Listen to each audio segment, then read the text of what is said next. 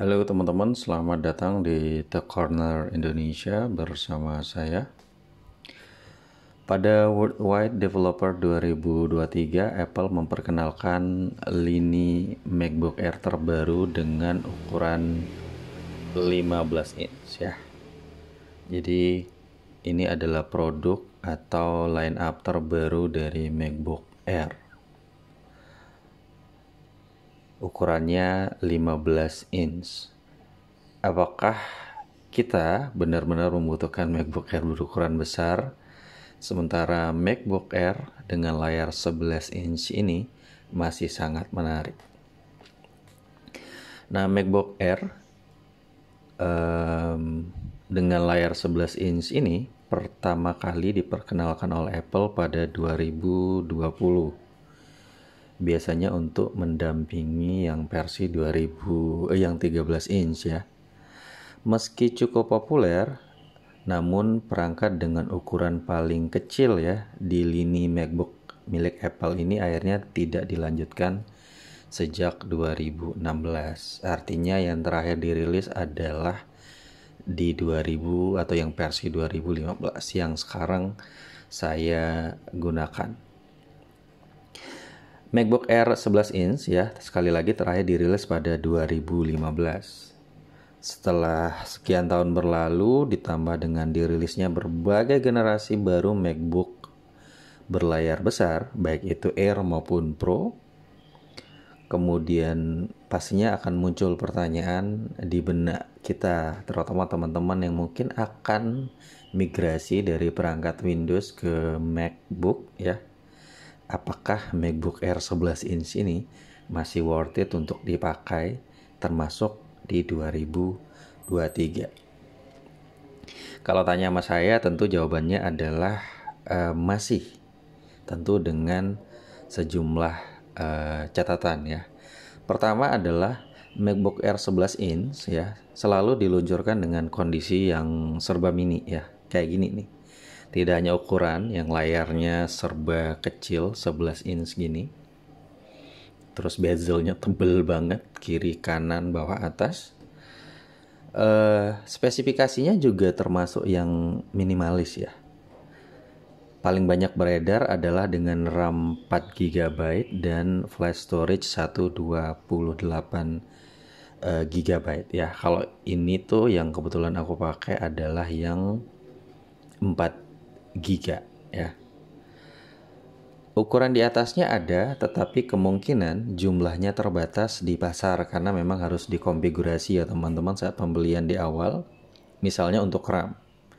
Kalau storage kebetulan kita bisa upgrade setelahnya ya, dan kebetulan ini aku karena mungkin gak kuat dengan yang 128, aku upgrade ke 512.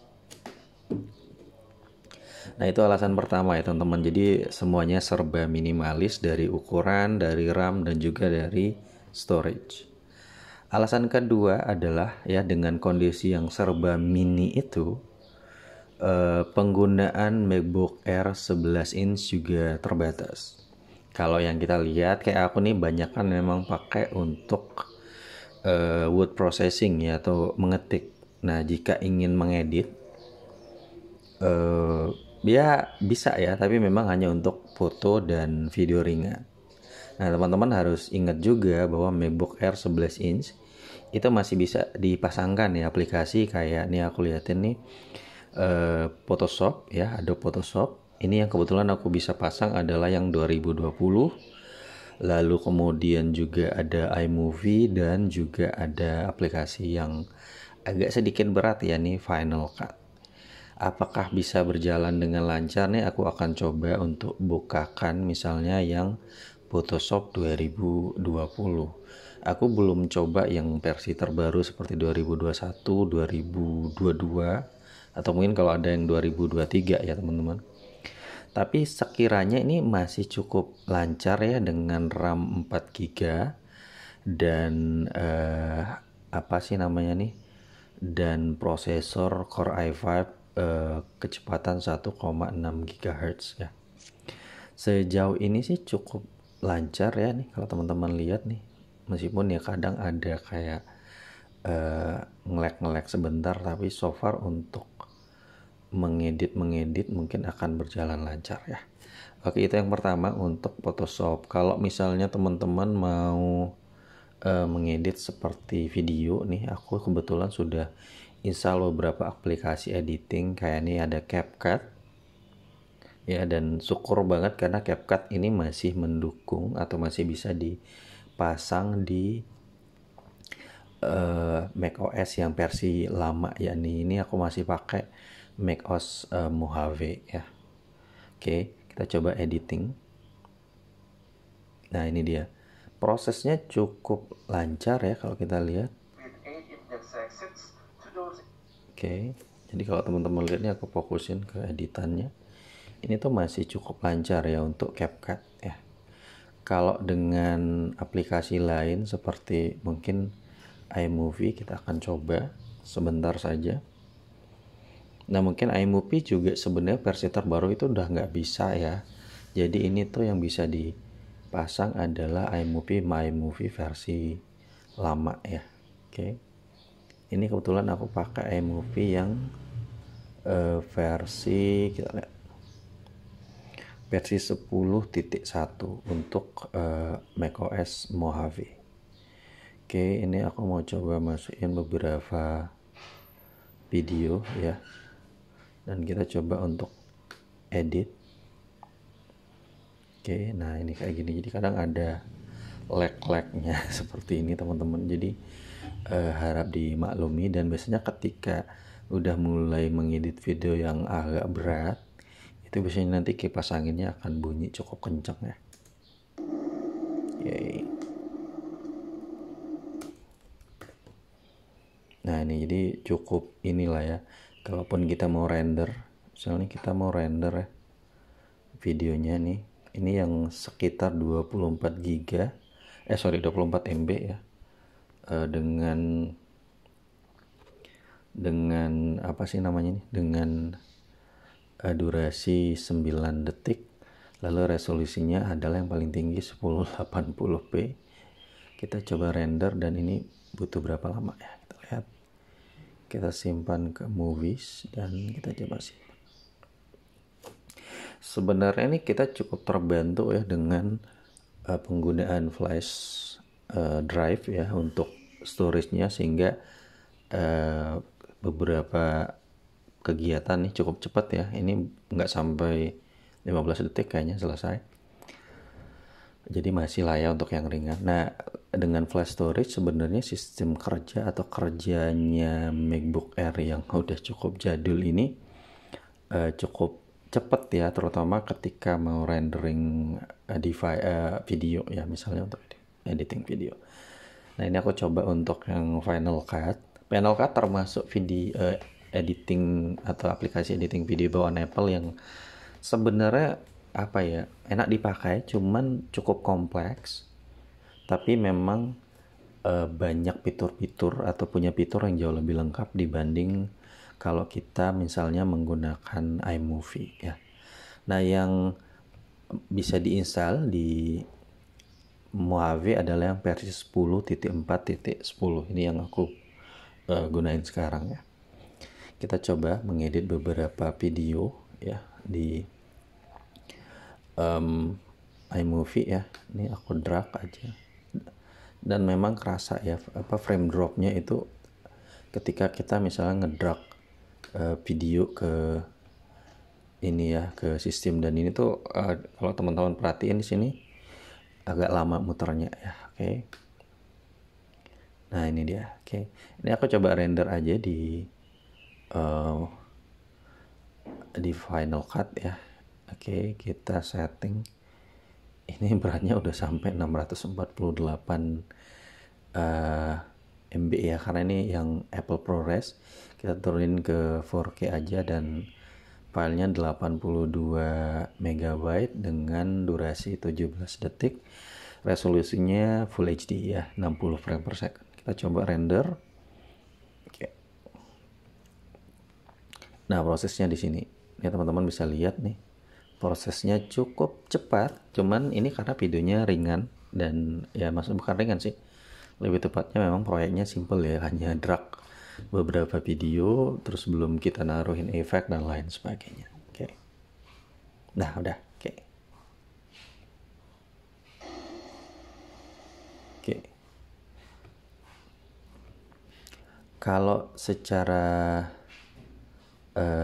penggunaan di aplikasi-aplikasi ya, editing dan lain sebagainya ini berjalan cukup lancar ya. Bagaimana dengan Microsoft Word? Ini aku pakai yang 2016. Oke.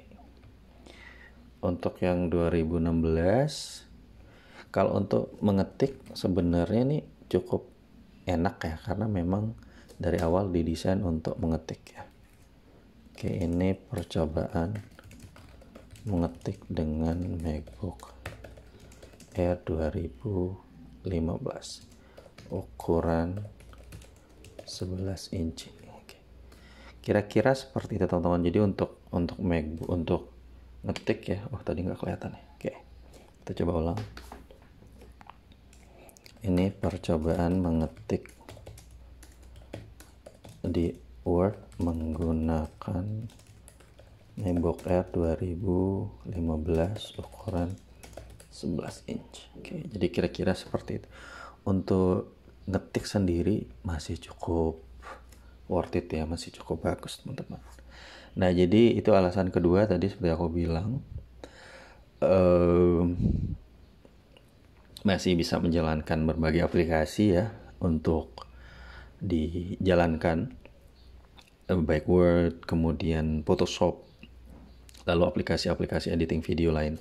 Nah, yang terakhir, alasan berikutnya adalah yang ketiga ya, tadi udah kedua, dukungan hardware dan software ya. Jadi MacBook Air 11 inch yang dirilis terakhir, yakni keluaran 2015, itu sudah nggak didukung lagi oleh Apple ya.